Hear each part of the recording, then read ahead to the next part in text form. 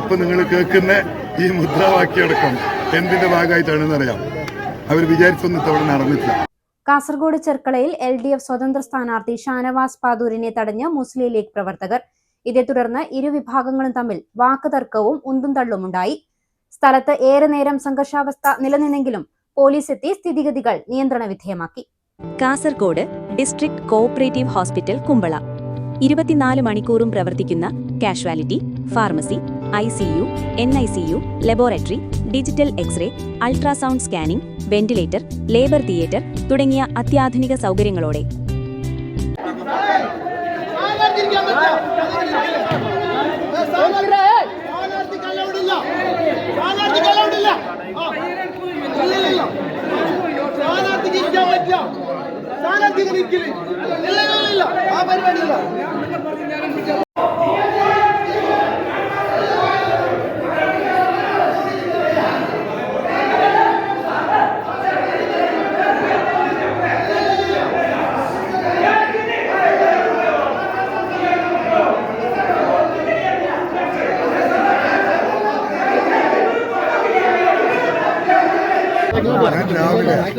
ഞാൻ രാവിലെ ഈ ബൂത്ത് സന്ദർശിച്ചിട്ട് പോയതാണ്.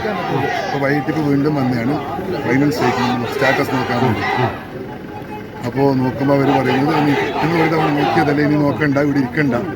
അപ്പോൾ അവർക്ക് വേറെ എന്തെങ്കിലും ഉദ്ദേശം ഉണ്ടാവും. നിങ്ങൾക്ക് ഏതെങ്കിലും സ്വഭാവത്തിൽ തടസ്സപ്പെടുത്തി. അത് അവിടെ ഒരുപാട് ചാനലുകൾ അവിടെ ഉണ്ടായിരുന്നു, തടസ്സപ്പെടുത്തി. പക്ഷെ എനിക്കതിൽ പരാതിയില്ല. കാരണം എനിക്ക് മനസ്സിലാവുക ഇപ്പം നിങ്ങൾ കേൾക്കുന്ന ഈ മുദ്രാവാക്യടക്കം എന്തിന്റെ ഭാഗമായിട്ടാണെന്ന് അറിയാം. അവർ വിചാരിച്ചൊന്നും ഇത്തവണ നടന്നിട്ടില്ല. ആ നടക്കാത്തത് കൊണ്ടാണ്. നടന്നിട്ടില്ലാന്നല്ല, പൂർണ്ണമായി നടന്നിട്ടില്ലെന്ന് പറയാൻ പറ്റില്ല. എങ്കിലും ഒരു പരിധി വരെ നമുക്കതിനെ തടഞ്ഞാൻ പറ്റും. ഇതാണ് അവരുടെ പ്രശ്നം.